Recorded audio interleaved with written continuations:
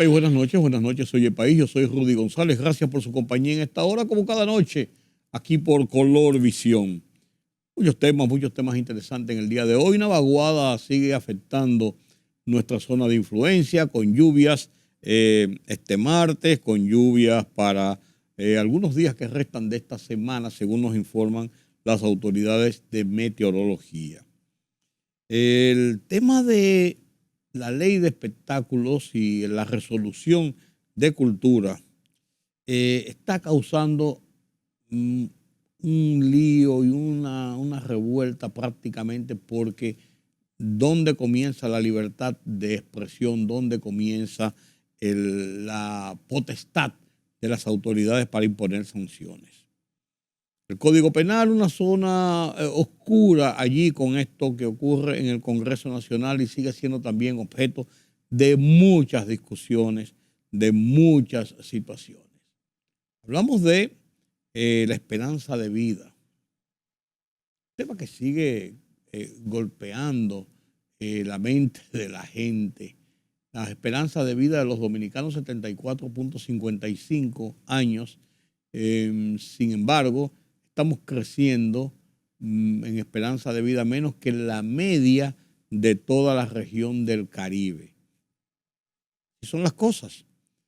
Las elecciones en Europa, en Inglaterra, en Francia, lo que pasó en España, los resultados electorales de Irán, lo que se espera en los Estados Unidos y en Venezuela, en las elecciones de Venezuela de este mes de julio y de los Estados Unidos el 5 de noviembre. Temas interesantes que analizaremos con Julián Roa en la segunda parte de esta emisión.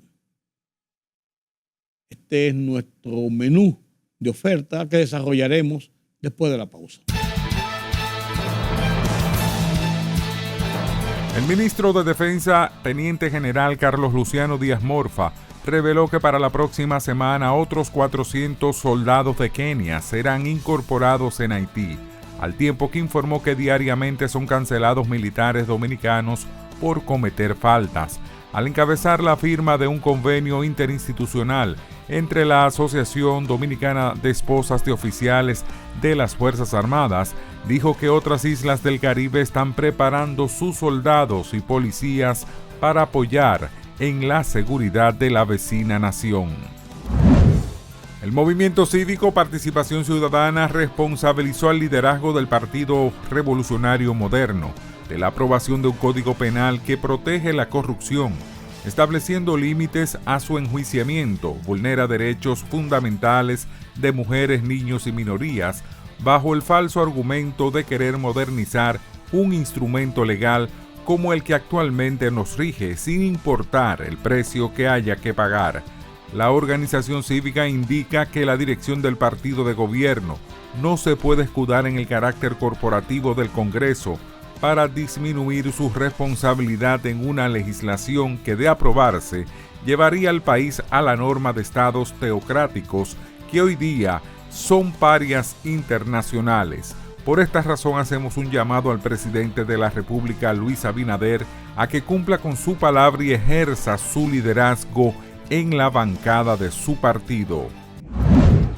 El defensor del pueblo, Pablo Ulloa, afirmó que el viejo modelo en las cárceles dominicanas se tragó al nuevo modelo, por lo que las prisiones siguen siendo almacenes de enfermos. A mí me da pena decir que el viejo modelo se comió al nuevo modelo. Creo que la falta de continuidad del Estado y el Ministerio Público desde hace 20 años que ha sucedido una serie de procuradores, creo que no ha permitido que República Dominicana tenga un único modelo que garantice la dignidad humana, manifestó Ulloa.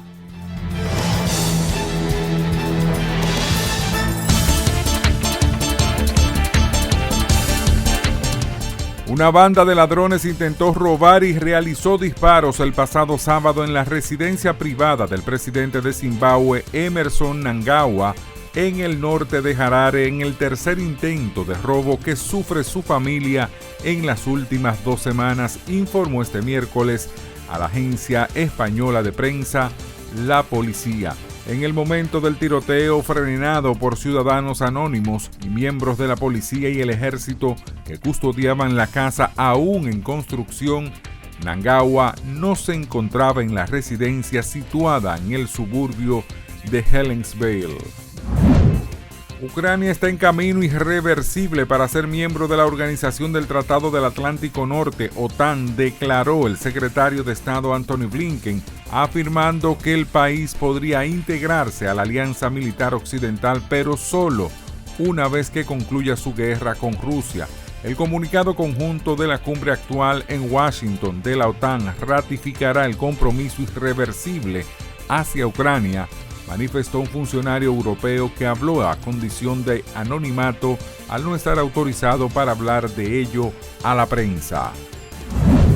La expresidenta de la Cámara de Representantes estadounidense, Nancy Pelosi, una de las figuras más importantes del Partido Demócrata, sugirió este miércoles que el presidente Joe Biden debería repensar su candidatura a la reelección.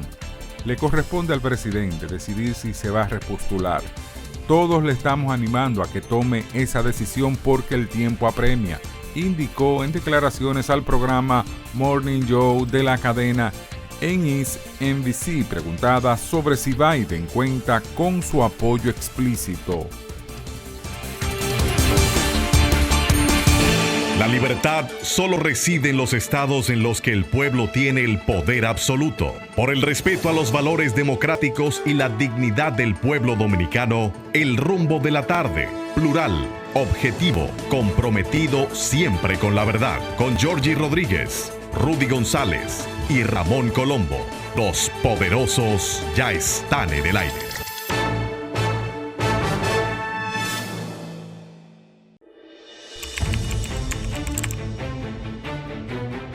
Periodismo de investigación, columnas, opinión, análisis, reportajes de fondo. Hora por hora, una completa plataforma multimedia. Periodismo con valor.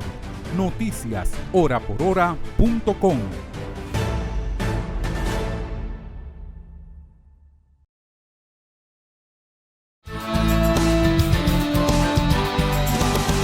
El tema de la resolución emitida por la Comisión de Espectáculos Públicos advirtiendo sobre sanciones por el uso de la vulgaridad y desmedido y en la radio, la televisión, en los medios de comunicación, violenta el Estado constitucional del libre ejercicio de expresión en la República Dominicana. Puede estar muy bien intencionado la decisión, el hecho de tratar de frenar esa vulgaridad desmedida de todo esto que está ocurriendo, que está pasando en nuestras redes sociales, en la radio, en la televisión, pero de la forma más descarada y obscena.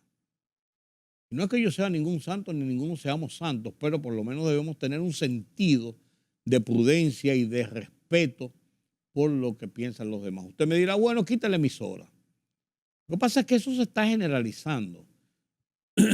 Y lo que tiene que hacer la autoridad es usar los mecanismos legales y si usted violentó una ley, poner eso en manos de un juez que establezca esa violación y que actúe en consecuencia de las sanciones que pueden derivar de acuerdo a lo que establece la ley por la violación cometida.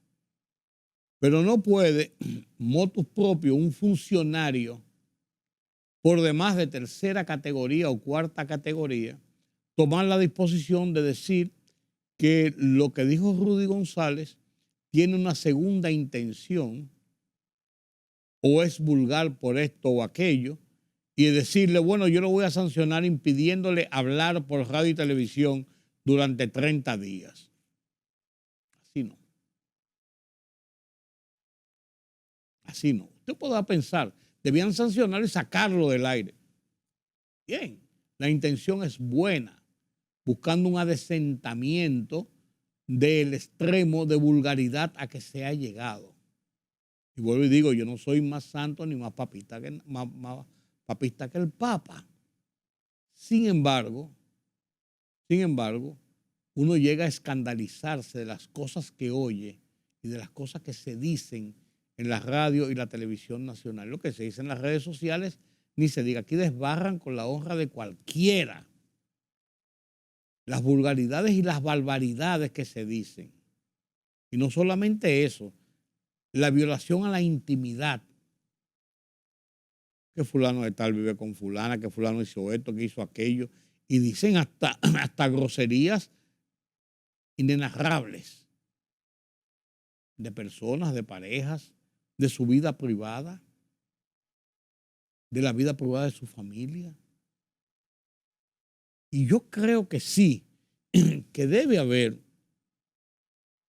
medidas para atacar ese cáncer y atacarlo de frente, pero no con el establecimiento de potestades que no da la ley ni la Constitución. Y esto ha provocado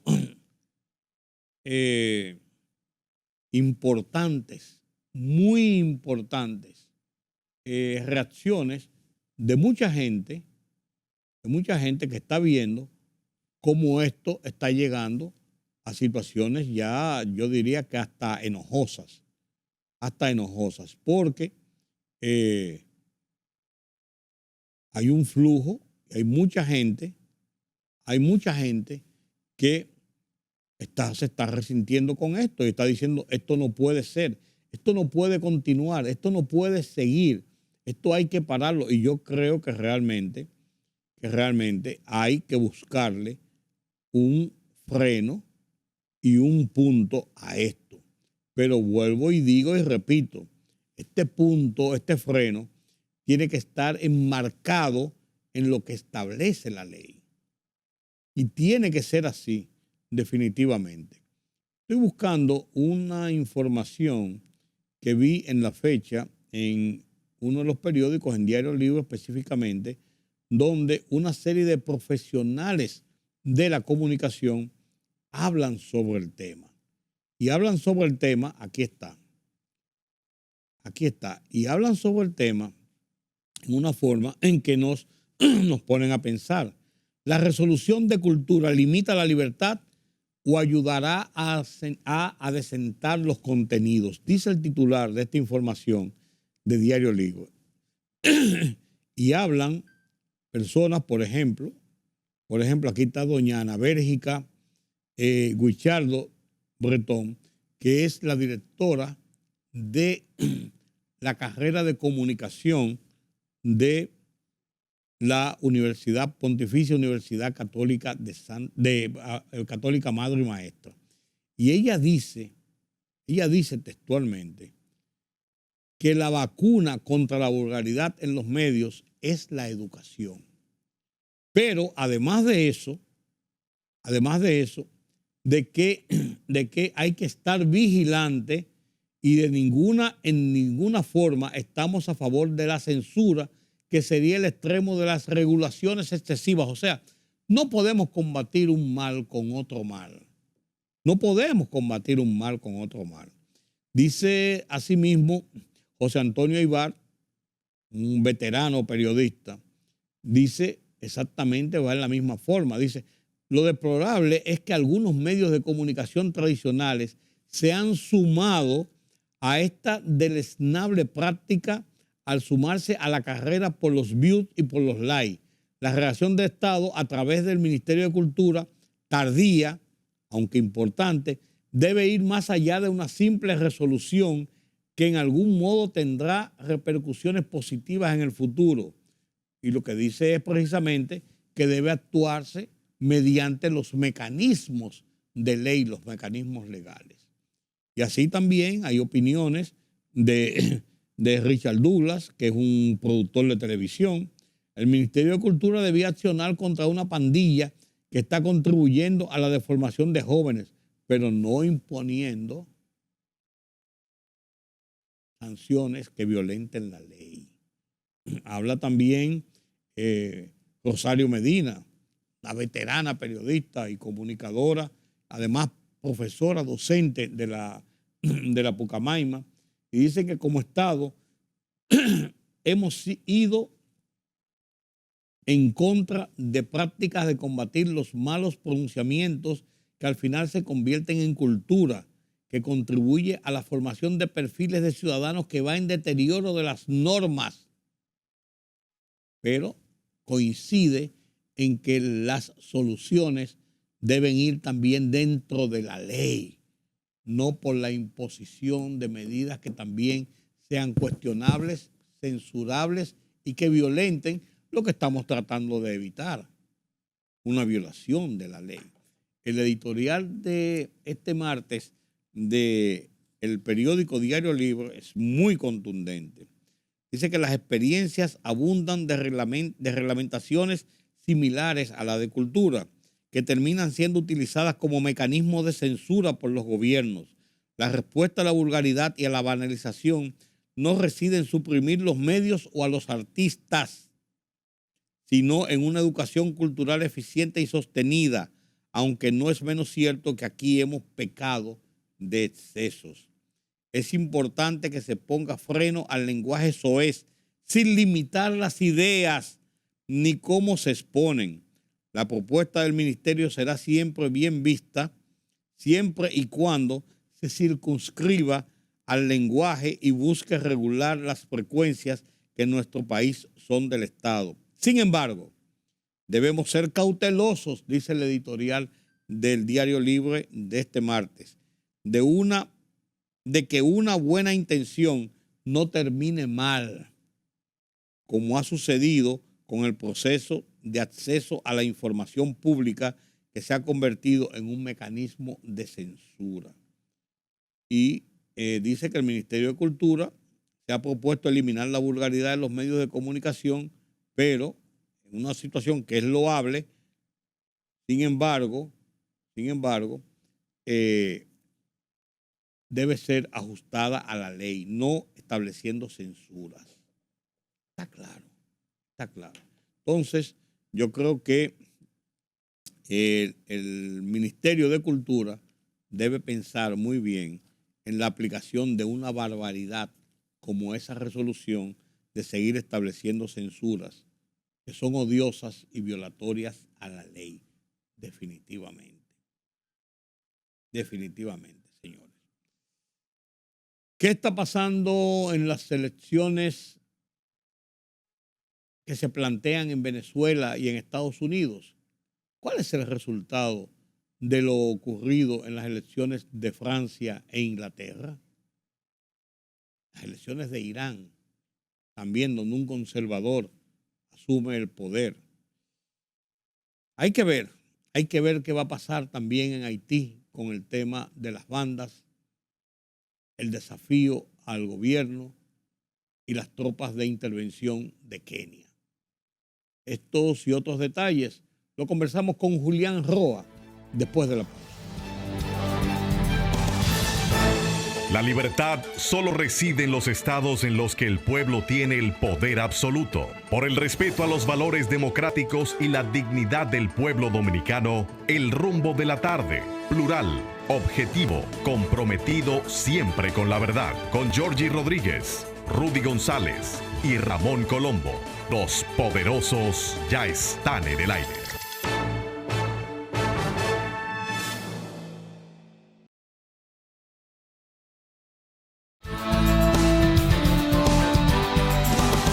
Gracias por continuar con nosotros aquí en Oye País. El mundo patas arriba, diría mi abuela. Pero estamos viendo cambios importantes en la configuración política del mundo. Lo que está pasando en Europa, Medio Oriente, por ejemplo, aquí en América, con estos procesos electorales, dan para analizar qué es lo que está ocurriendo.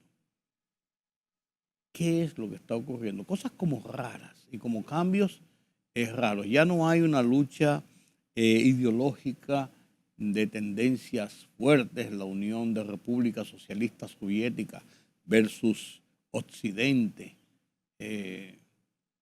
los chinos tranquilos en su economía, los rusos entretenidos con Ucrania, pero se ven los cambios importantes que deben provocar configuraciones diferentes en los bloques políticos, en el estado de las relaciones. ¿Quién mejor que Julián Roa, nuestro analista de política internacional, para conversar sobre alguno de estos cambios? Buenas noches, Julián. Buenas noches, don Rudy. Qué bueno que estás con nosotros de nuevo. Gracias. Bueno, en mi casa. Sí, en tu casa. Eso no cabe dudas. Así es. Julián, ¿qué significan los resultados de las elecciones de Francia y Inglaterra para ir a lo más cerca que fue en estos días? ¿Qué significan para Europa y para el mundo? Bueno, primero las elecciones en Inglaterra. Son elecciones legislativas, parlamentarias. Eran elecciones que ya estaban programadas, a diferencia de la de Francia. La de Francia fueron elecciones adelantadas, legislativas adelantadas. Para el caso de Reino Unido, el Partido Conservador perdió las elecciones. Y la perdió de manera devastadora, hay que decirlo. Vuelve al poder el Partido Laborista. Tenía 12 años fuera del poder. Y por supuesto, con el Partido Laborista vuelve todo ese esquema anterior al Brexit. De hecho, el candidato, el ya primer ministro, que ya ha formado gobierno, fue de lo que planteó la idea de un segundo referéndum. Un referéndum, recuerde que el Brexit lo que buscaba era la salida del Reino Unido de la Unión Europea. De la Unión Europea. Y en aquel entonces tenía cierto sentido porque el Reino Unido tenía, en la parte de políticas públicas, era lo más fortalecido que existía en toda Europa, hay que decirlo, por encima inclusive de Alemania. El tema de la seguridad social, el tema de la vivienda. Vivir en el Reino Unido era como vivir en la parte que tiene que ver con el retiro, vamos a decirlo así. Entonces, con la entrada del Reino Unido a la Unión Europea, por supuesto que tuvo que acomodar todo su sistema al sistema comunitario de Bruselas. ¿Cuál era la consecuencia de eso? Bueno, que si usted era pensionado en España, por ejemplo, donde el sistema de salud, el sistema de pensión es bueno, pero no como el del Reino Unido, entonces usted se mudaba a Londres o se mudaba a Inglaterra. Y recibía los beneficios. Recibía los beneficios como si usted estuviera viviendo en España. Claro que usted había aportado menos que lo que se aporta en el sistema inglés. Ese fue uno de los motivos y por supuesto Inglaterra tenía esa nostalgia del yo fui. Vamos, aquella potencia del siglo XIX y parte del siglo XX, hay que decirlo.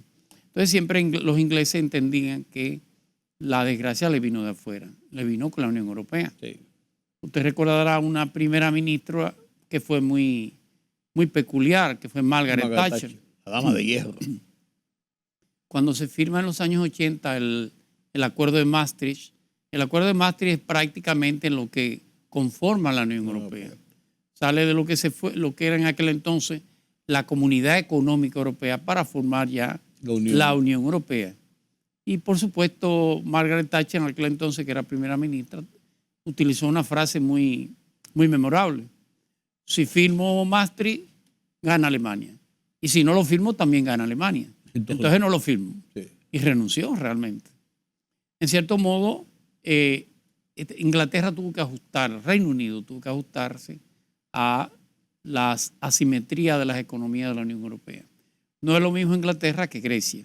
No es lo mismo Inglaterra que España o que Portugal. Sin embargo, en términos de beneficios particulares, por supuesto, son similares. Y otra ola importante para el Brexit fue la ola migratoria. Cuando comenzó toda Europa del Norte y parte del Magreb africano, se llegó al acuerdo de las cuotas migratorias. Inglaterra fue lo que se resistió a la cuota. Decía que no podía, de una manera u otra, los extranjeros, por el nivel de pobreza y todas esas cosas, empeoraban su sistema de vida. Y ellos tenían una oportunidad porque estaban más alejados. Con una política agresiva por parte de los grupos conservadores, muy parecido a lo que pasa en Estados Unidos ahora, el Reino Unido decidió salir de la Unión Europea. Por lo menos hizo el referéndum. No ha salido todavía, esa es la verdad. Ha buscado 1000 alternativas de cómo salir, no lo ha logrado. Salir es una invitación a la pobreza y al fracaso. Correcto.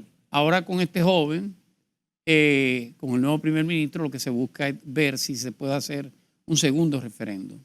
No, ya el Partido Conservador no es el partido, por supuesto, no es el partido de gobierno, y de una manera u otra se ve cómo si no se vuelve la Unión Europea, por lo menos que hay un mayor amortiguamiento o un tiempo más dilatado de la salida de Bruselas. Es una manera como de salir de aquellos aires de ultraconservadores de que el Reino Unido pueda ser independiente fuera de Europa, cosa que totalmente ya... Entonces, la elección de los conservadores de nuevo, o sea, ganar los conservadores de la forma incluso como ganaron. No, ganaron los laboristas. La salida de los conservadores, la salida de los conservadores del gobierno, de la forma como salieron, significa que la mayoría de los ingleses están pensando en volver al sistema. Bueno, votaron por alguien que lo había planteado. De lo que sí está claro que votaron fundamentalmente con la nostalgia de volver a los tiempos pasados. Claro. Porque el Partido Conservador no le llevó más que problemas. Porque en Inglaterra no es como República Dominicana, que es un régimen presidencialista y se vota por el candidato, sino que se vota por el sistema. Porque él recuerde que el jefe de Estado es el rey. Claro, lo que te quiero decir, se vota por el sistema. Parlamento, hay un sistema parlamentario. Entonces, podemos decir que ellos tenían la nostalgia de volver. Sí, innegablemente. Ya pasó ese péndulo del conservadurismo de que Inglaterra no necesitaba a nadie. La verdad es que necesita a la Unión Europea. Sin la Unión Europea pasaría a ser uno de los países con menor crecimiento de la economía. ¿Cómo lo harán? ¿Habrá otro referéndum? De hecho, referéndum? fíjense que con esa ola conservadora hizo que muchas de las empresas inglesas se fueran fuera de Inglaterra. El caso de la Rolls Royce y otras empresas que son vehículos hechos en China. Sí, ya no es Reino Unido. Ya no es Reino Unido. Pero, Julián, ¿cómo lo harían? ¿Vendría otro referéndum? Bueno, va a depender de la política que lleve a cabo este nuevo primer ministro. Este es un abogado, es una persona de experiencia. Keir Starmer. Sí, Keir Starmer. Es una persona de experiencia. Es un sesentón, como decimos aquí. Sí. A diferencia del joven que apenas tiene 42 años. De Rishi Sunak. Rishi Sunak. Es un joven de origen hindú. Y que ha dicho que toda la culpa la tiene él, fundamentalmente. Y Keir Starmer ganó mucha popularidad en la Unión, en Inglaterra, por haber sido el Jenny Berenice de República Dominicana. Sí, claro. Era el hombre persecutor de los grandes delitos. Claro. Y ganó mucho prestigio, tiene mucho prestigio. Sí, claro. Porque instrumentó todo el expediente para la renuncia del presidente Johnson, Boris Johnson. Aquella famosa fiesta que hizo en pleno coronavirus. En pleno coronavirus. Mientras Inglaterra se encerraba en sus casas, le hacía una fiesta. Una fiesta. Y eso le costó el poder. Le costó el puesto, claro que sí. Pero tú sabes una cosa que leía de él. Una fiscal a quien él le requirió una serie de documentos para implementar una persecución, le dijo que no se lo iba a entregar, y él dijo, le llevó a una instancia y dijo que no se lo iba a entregar, y se resistió. Y finalmente él buscó otras vías, instrumentó su expediente, pero le invitó a salir y hoy es su esposa. Qué interesante. Ese es el péndulo político moderno, del contemporáneo, el péndulo político de un partido que tú entiendes que va al populismo y otro que intenta rescatarlo. Ahora volvemos al populismo. Pero también es la flema de los ingleses. Sí, claro. Acuérdense que ese estoicismo de los hay ingleses. dos razas en el mundo. La raza humana y la raza inglesa. Sí. Sí. Esa está un poquito modificada la versión, pero es así. En Francia. Francia es muy diferente. Sí, pero ¿qué pasó en Francia? ¿Cómo este giro después de Macron haber sido vapuleado, golpeado por la ultraderecha en las elecciones anteriores, las elecciones provinciales anteriores, ahora viene y se recupera con una alianza rarísima y entonces se recupera y va y mantiene el poder? Emmanuel Macron. Las elecciones legislativas en Francia son de segunda vuelta. Sí. Todo el que es legislador en Francia tiene que ganar con más del 50 más uno de su territorio. Y la verdad que a partir de las elecciones de Bruselas, de la elección del Parlamento Europeo, cambió todo el panorama para Francia. La derecha conservadora sacó la mayoría de los escaños en el Parlamento Europeo, lo cual indicaba que ese era un síntoma de la situación que vivía Francia. Había un giro, y lo hay todavía, un giro hacia la derecha. El caso de Hungría, hay varios países que definitivamente han girado a la extrema derecha. Lo que hace Macron es el modelo de Pedro Sánchez en España. Que le si dio resultado. Sabe que si llegar al año que viene con ese crecimiento del disgusto, va a conseguir esa menor cantidad de escaños. Francia, presidente Macron es electo, pero hay un primer ministro. Sí. Y el primer ministro es jefe de gobierno. Significa que de una manera u otra el que tiene el día a día ejecutivo es el primer ministro. Pues la izquierda le ha pedido el puesto de primer ministro. Pero no es lo mismo con esta primera ronda de votación. La derecha obtuvo el partido de Jean-Marie Le Pen, la coalición, sacó inicialmente la mayoría de los escaños, pero había que ir a una segunda vuelta. Pero ahora no. ¿Qué hace Macron? A una jugada mejor que la de Pedro Sánchez. Esto es lo que llaman el 7L, el 7J, el 7 de julio, lo que hace es adelantar las elecciones. Al adelantarlas, por supuesto, ante una jugada de haber perdido en la primera vuelta, se retira a todos los candidatos.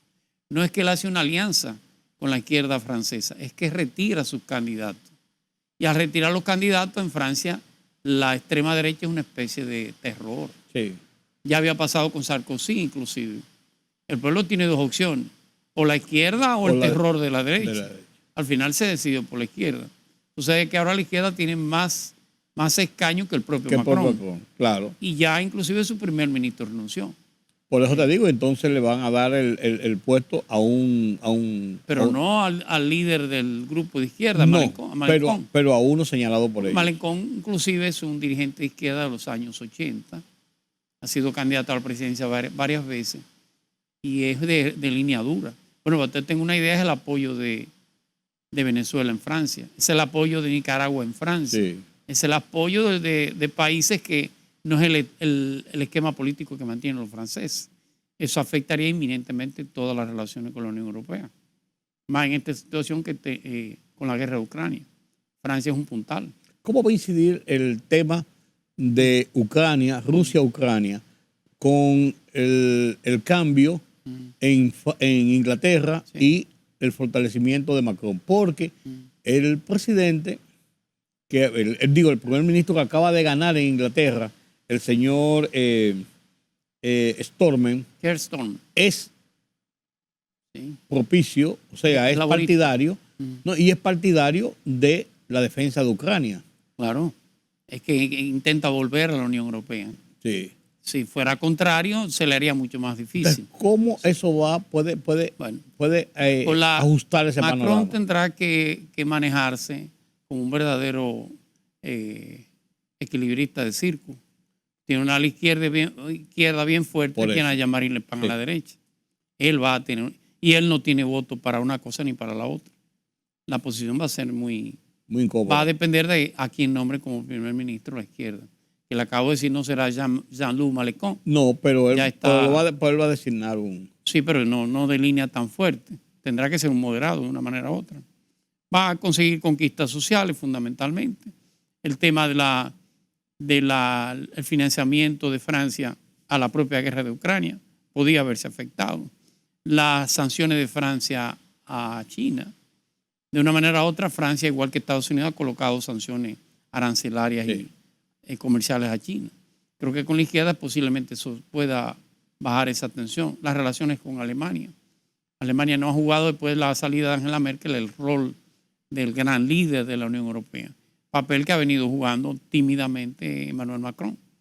Eso podría afectar ese rol fundamentalmente. Y el tema migratorio, por supuesto. Lógico. Con este señor, el que se ha nombrado, acuérdense que Jean-Luc Mélenchon es marroquí. Llegó pequeño a Francia. Significa que tiene más tendencias a ser más permisivo con la parte migratoria. Sobre todo el Magreb africano.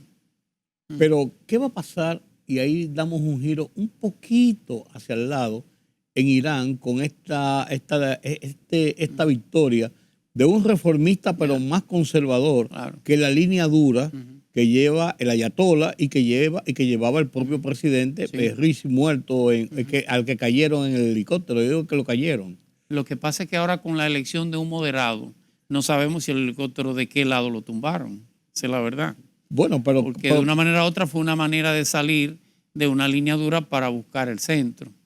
Este que ha sido electo de una manera u otra es más cónsono con un acercamiento a Occidente y con una disminución de las tensiones con Occidente. Pues eso significaría que, Julián, pienso yo, que el mismo pueblo iraní está harto de la beligerancia de Irán y le está diciendo, vamos a girar un poco. Claro. Irán es la única democracia, aunque es una teocracia, porque los candidatos tienen que ser avalados por el poder supremo, que a la vez es dirigido por el ayatolá Ali Khomeini.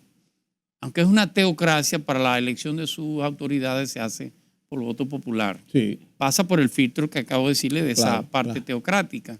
Pero de una manera u otra, la población vota.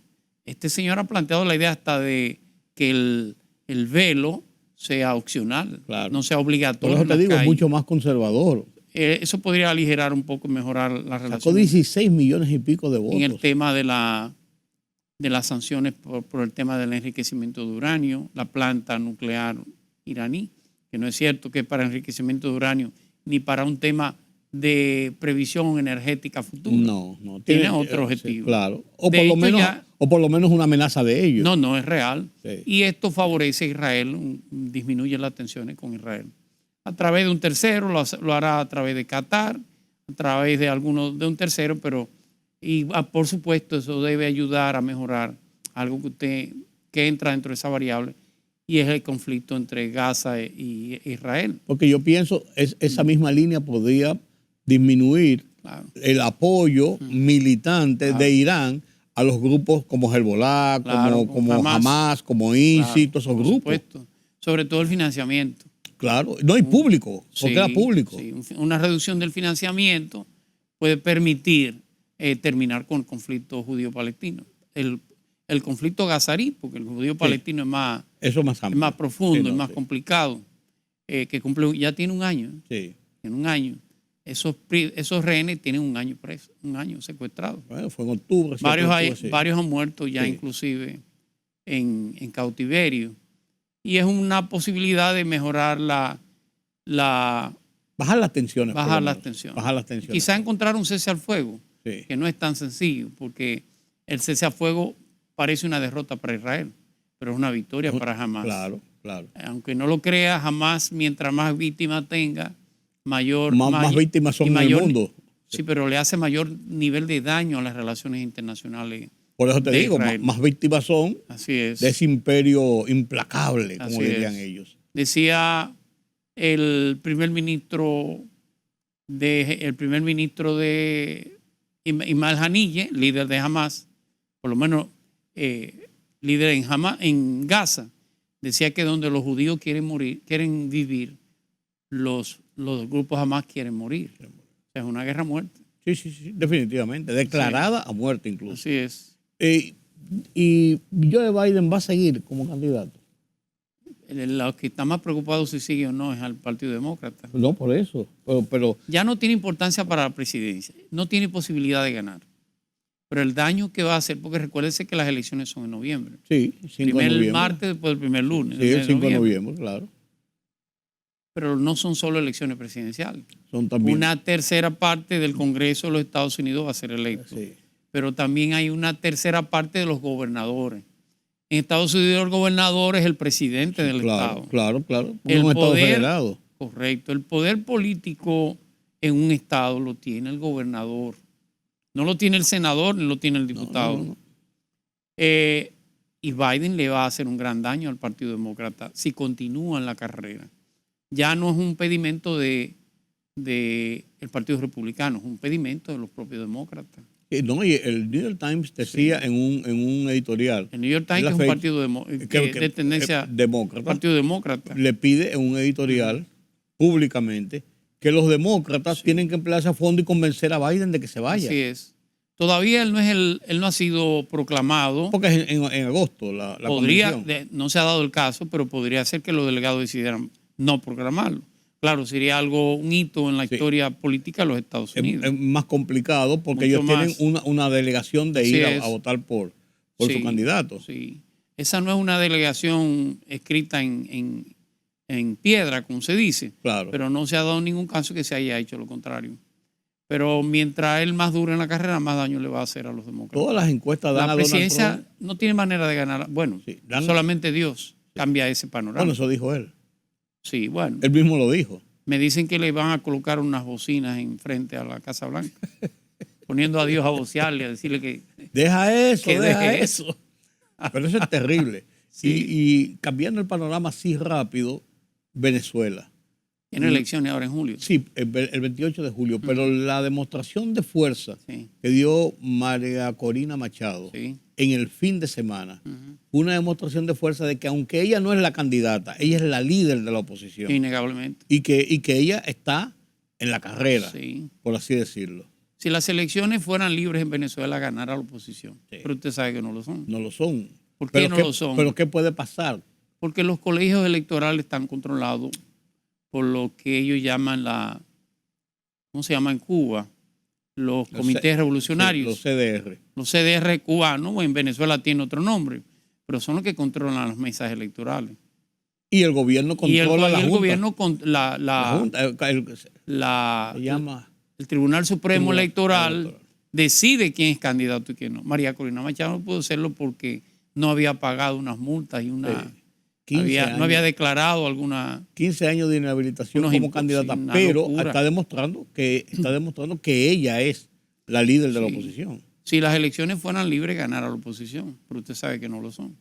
Y eso en los estados grandes, usted ve toda esa manifestación. Miranda, Caracas, estados grandes, pero en estados más pequeños, más selváticos, más hacia la selva, el control del PSV, del chavismo, casi un 90%. Es más complicado. Creo que van a tener, claro, Venezuela no puede caer más de donde ha caído. La economía venezolana es de las economías que tiene mayor índice de inflación. Y como decía una vez le decía al presidente Maduro que si los cubanos se acostumbraron a pasar hambre, porque el venezolano no. Es complicado, pero... Y si Donald Trump ganara en los Estados sí. Unidos, se le complica más la situación a Venezuela. Sí, claro. La situación se ha aliviado un poco por el tema de Ucrania. Estados Unidos ha tenido que soltar algunas de las sanciones que tenía. Claro. Ya la colocó de nuevo, pero no tiene el nivel tan beligerante como lo tenía En anteriormente. principio, claro. La oposición venezolana todavía, aún con María Corina Machado, no ha logrado unificarse sobre un criterio de sacar el chavismo. Todavía el alcalde Ledesma, todavía López, ¿cómo se llama López? Leopoldo López. Leopoldo López, el Capriles. mismo Capriles, andan en desbandada. Sí. No, andan cada uno por su lado. Y ya no son ni siquiera punto de atracción Así es. político. Aunque no lo Incluso crea, Leopoldo López está fuera del país. Sí es cierto que la economía venezolana ha caído a los peores índices a nivel mundial. Uno de los frutos de eso ha sido esos programas sociales. Claro. Y ha tenido una recuperación en el último año. Misión vivienda, misión trabajo, misión... En los barrios, el barrio no le importa al final, le importa quién está llevando. Claro. Con mucho el asistencialismo. Y eso fue el chavismo, Entonces, fue donde el chavismo se hizo fuerte, en los cerros venezolanos de Caracas. Sí, claro. Entre el asistencialismo, la represión militar y el control de las mesas electorales va a ser muy difícil que saquen a Nicolás Maduro del poder. ¿Y sacarán a barbecue de las calles? Yo espero que sí. Las tropas kenianas. Yo tomo eso como un grano de sal. Es lo mejor que le ha pasado a Haití en los últimos tiempos.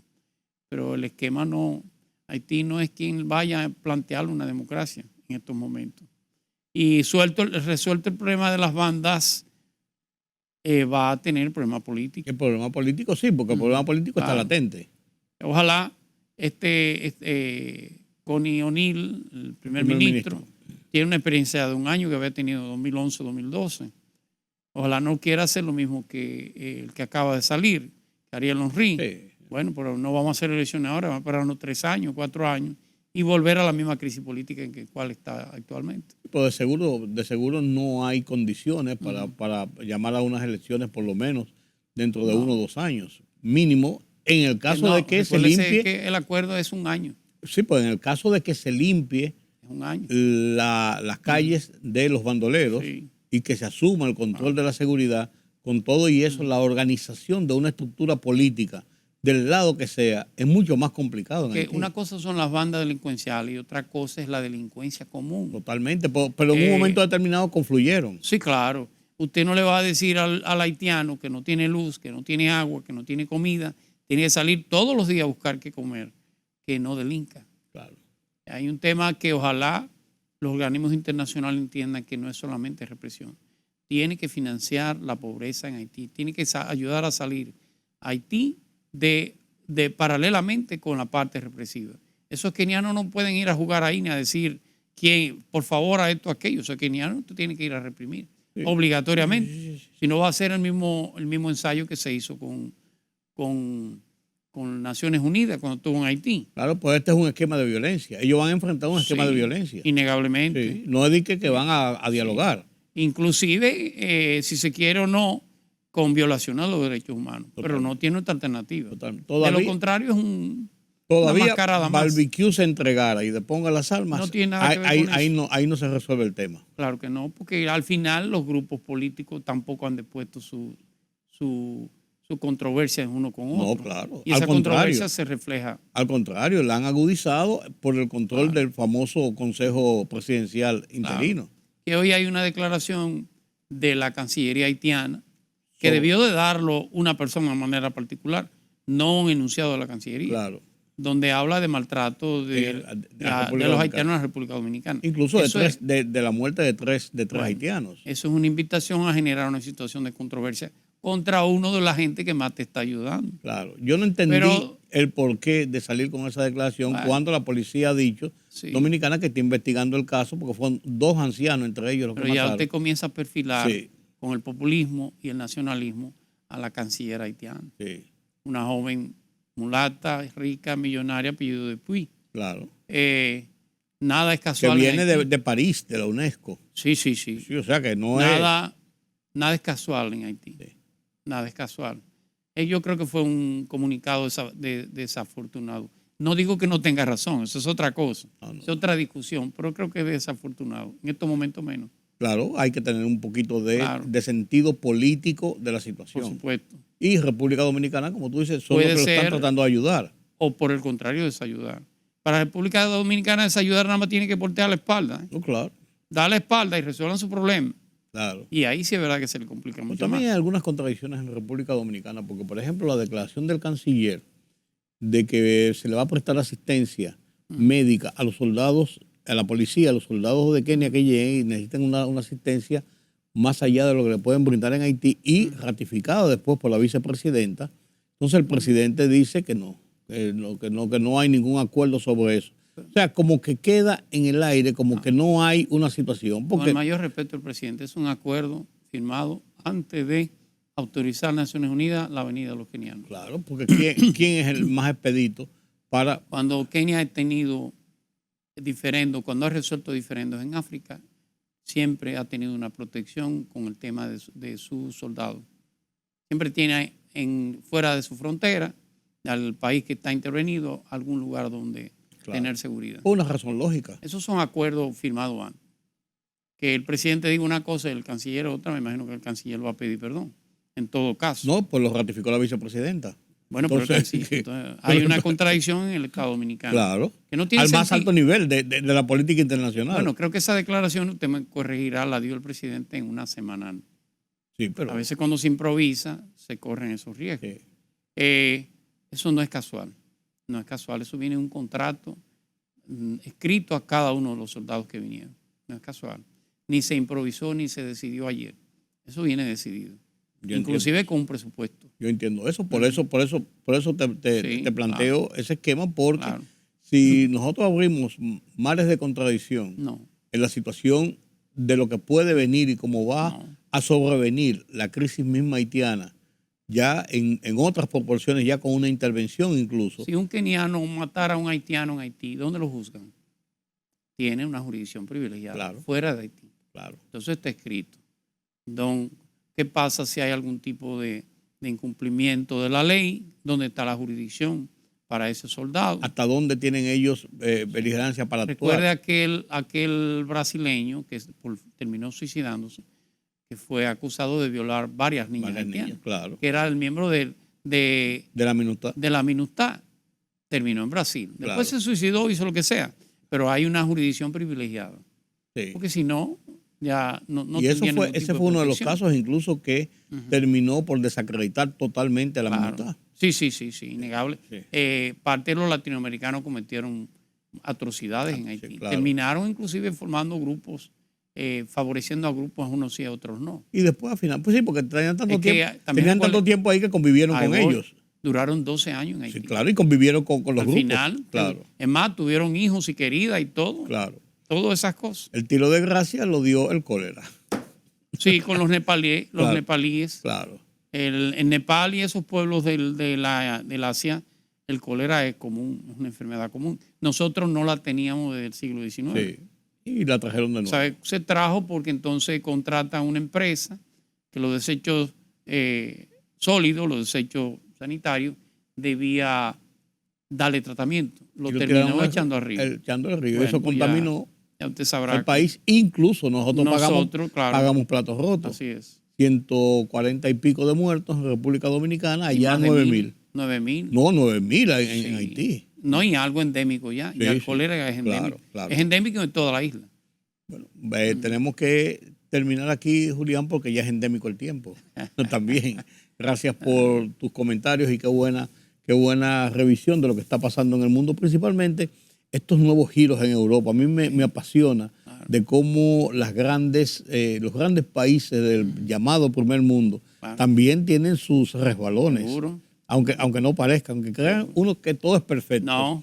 Ahí lo estamos viendo. Inglaterra, Francia, Estados Unidos. Oye, estamos viendo cómo las cosas cambian. Sí. Gracias de nuevo, Julián. Gracias a ustedes por acompañarme en este conversatorio con Julián Roa, hablando sobre la situación mundial, la política mundial. Qué interesante. Denle seguimiento y ustedes verán muchas veces por qué ocurren cosas en República Dominicana. No somos tan raros. Es así. Pasen un feliz resto de la noche. Nos vemos mañana.